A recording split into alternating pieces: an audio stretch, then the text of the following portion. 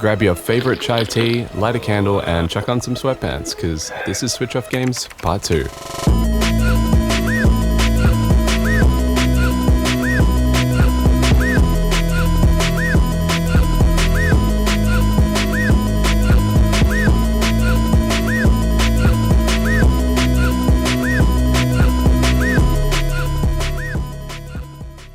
There was so much positive reception from the first video, I decided why not make a second one. However, there was a bit of device between what is relaxing, what is cozy, and just what a switch-off game really is in general. This time around, I want to put emphasis on games that are easy to pick up, don't have a massive learning curve, and are easy to track your progress in. Another thing I did was actually look through the comments and take some of your suggestions, so make sure to watch the full video to see if you're in it. Anyways, let's get started.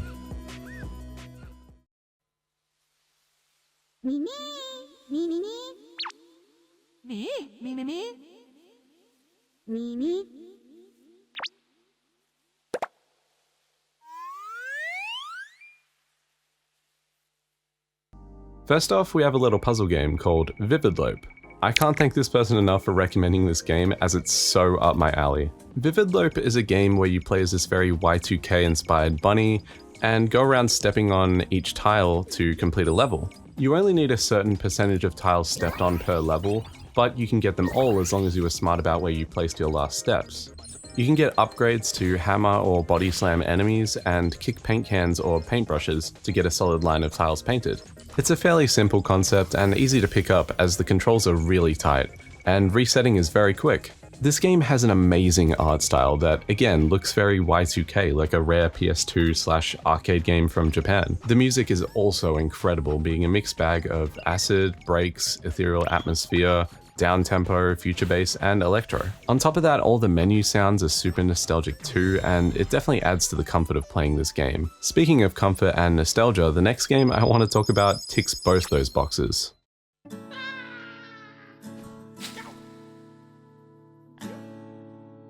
Cavern of Dreams was actually recommended by a few of you, so I thought I'd give it a go. This game heavily leans on the Nintendo 64 era, not only graphics-wise, but also controls-wise too, which is kind of impressive in a weird way. I never owned a Nintendo 64, so whenever I'd be at a friend's place playing it, I'd notice that most platformers and like collectathons, they felt very floaty and the controls were kinda awkward. This might have been due to the fact that this giant fucking RC car remote was put in front of my hands, or maybe it's just a skill issue. Either way, this game scratched that itch perfectly, looking and feeling like an N64 classic, even having a CRT filter which you can turn off, but I actually enjoyed the filter and left it on the entire game. The story is pretty simple. You play as a dragon named Finn who enters a titular cavern searching for his younger siblings that are yet to hatch. Turns out Luna the Bat has stolen your siblings, but you are able to get them back with the help of an ancient sage living within the cavern, who gives you advice and abilities.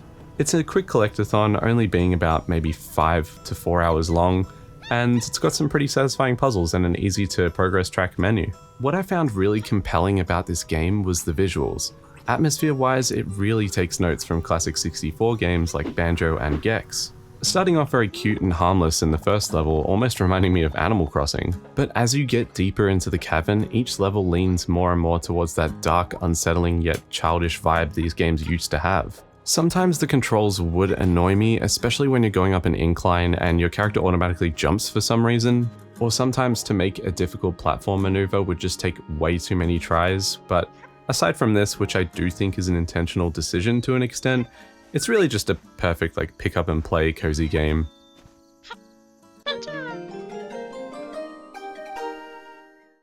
Now I tried to keep this list mostly to smaller games that I wanted to recommend, but I have to mention one of the most cozy collectathon platformers that I've ever played, SPYRO Reignited Trilogy. I did actually mention in a previous video that I'd played SPYRO before and really loved it, but this was only when I could get my hands on a PS1, so I never actually played through the SPYRO games up until this point.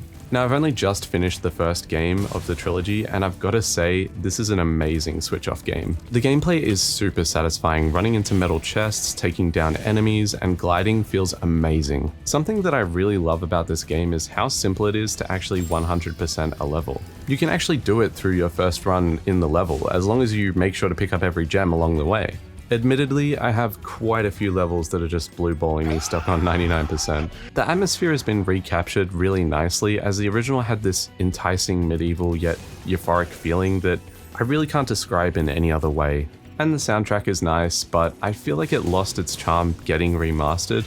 It does tend to get a bit repetitive, and if you have to go back and collect gems, I actually just recommend turning off the music, and for myself, I put on some chill breakcore instead. Art of Rally was another recommendation that I actually had no idea about before this comment. I was skeptical of putting in another Rally game, but this game is so much different to old school Rally and actually has a lot more to offer. First of all, there's actually a loose storyline and a nice hub world that you can explore. My first time booting up this game, I didn't actually realize you had to go back to the main menu to start the career mode, so I spent a lot of time in this hub world. As soon as I saw that you could stop and enjoy scenery as part of a challenge, I knew I was going to like this. One thing that I would note is that Old School Rally and Art of Rally controls-wise are a totally different experience. My first time playing through the hub world, I was actually really struggling to get around a corner, but once you start playing the career mode, you actually get used to the slippery yet tanky controls pretty quickly. It takes me back to those old Flash games where the whole premise was to park your car as fast as possible. And with the almost top-down view and simplistic art direction, it really reminds me of those. Whereas Old School Rally is that typical rally game that you remember playing on your PlayStation. Tight controls, PS1 art style, and overall just a more zippy and straightforward experience. Speaking of the art direction, this game can be flat out gorgeous at times. The sunsets are nice to look at, and all of the models have a unique low poly aesthetic. Also, something to note is that the pedestrians are just straight up rectangles, which I kinda love. The only thing I didn't really enjoy about this title was the soundtrack. It's just very run-of-the-mill synthwave music, which I'm personally not a huge fan of, but I also don't think it suits the art direction at all. Personally, to me, this game looks like it needed more of a relaxed acoustic soundtrack, maybe something with electronic elements thrown in, but certainly not bumping synthwave that makes me feel like I'm playing Far Cry Blood Dragon. Aside from this, I did really enjoy what I've played through so far, and this game is definitely an easy one to just come home, pick up and play, and enjoy some races and nice atmosphere. Super Animal Royale is actually just straight up a battle royale game, which I didn't expect to enjoy. Typically I find this type of game really stressful and would put it as far away as possible from a switch-off style game. But to my surprise, Super Animal Royale is actually a really fun, chill time. You play as a few different animals, duking it out as the last man standing. What I really enjoyed about this game is that it has that old Flash game style of shooter, where your cursor can aim around the whole screen and your character follows in that direction. I know that there are modern games like this, but I remember this kind of style from games like Thing Arena. I had a lot of fun with the few rounds that I played, and I actually found it quite relaxing. First of all, the game isn't full of microtransactions and brand deals, which usually makes things way too overwhelming before I've gotten into the game.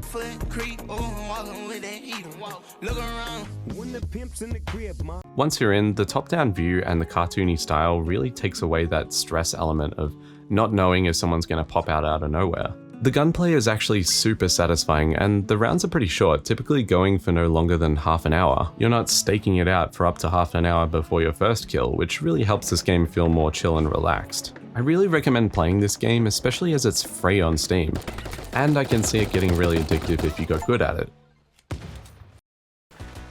As some of you know, in a lot of my videos, I like to include footage from a mod called Thug Pro. I've talked about this in a previous video, but I need to talk about another Tony Hawk mod, ReThawed. This is basically Thug Pro, but modded in the Tony Hawk's American Wasteland engine. Now you might be thinking, how is this a switch-off game? Well, before I get into the ever-expanding content of this mod, I'll tell you first of all that you can actually play the entire story mode, unlike Thug Pro. American Wasteland's story is actually, I would say, 50% tutorial, so you'll get a very comprehensive understanding of the controls before you go diving into anything else. Whoa, check you out. New clothes, new look, very, I like it. And after that, if you're still wanting challenges, there's a classic mode which brings it back to the challenges under a timer like the first 3 games. The reason I put this in the list is because 10K Rising, the company behind this, is currently doing an amazing job of updating this game constantly with new levels, new characters, and new content. Like recently they added vehicles. It's turning more and more into a Gmod type of experience, especially because there's an easily accessible way to add in more mods from the community website. You can just download a heap of maps and characters, jump into free skate, and explore. Inevitably, you will get better at the game just by constantly skating around, and eventually you'll be able to keep up with some more hardcore players online. But this game is great if you just want to put on a podcast, listen to an album, as you simply just free skate or go online and improve your skills effortlessly. Check the sound, cause I'm check the sound, cause I'm check the sound, cause I'm check the sound. Check the sound, cause I'm check the sound, cause I'm check the sound. The last game I do want to touch on is Bombrush Cyberpunk, which is something that got mentioned in the comments a lot. Yes, I've played this game. Yes, it's amazing. Is it a switch-off game? Kinda. First of all, if you haven't played any of the Jet Set Radio games, the learning curve may be a bit of a challenge, but the controls are actually really tight in this one compared to Jet Set, so I wouldn't say going back and playing the original would help. Other than the learning curve, it's actually quite a pick up and play game, as some of the comments suggested. Once you get past that initial challenge of the controls and start getting into a flow of combos, this game becomes an amazing open world full of charm, collectibles, and an amazing atmosphere. The story is actually fairly intricate, having more depth than you'd expect from a genre of game like this. But it's after the main storyline when it really starts to get into that switch-off style. There are plenty of bonus challenges after the main story, and the game turns into a bit of a collectathon. I find it similar to why I keep coming back to Mirror's Edge Catalyst, as the movement is just so satisfying, and I can just relax, put on some music, and listen to a podcast while I want to explore and get collectibles along the way. However, you might not want to turn down the music for this one, as Hideki Naganuma, the composer for Jet Set Radio, is back, as well as various artists blasting everything from funk and disco to breaks and techno.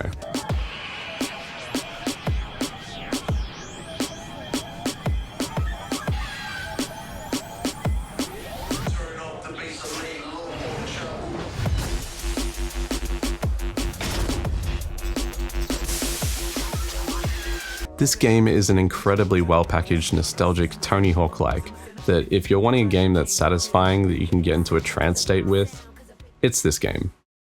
So there were some of mine and your recommendations.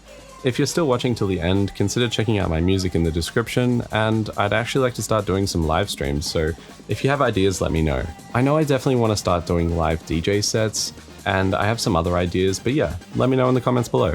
Anyways, thanks for watching.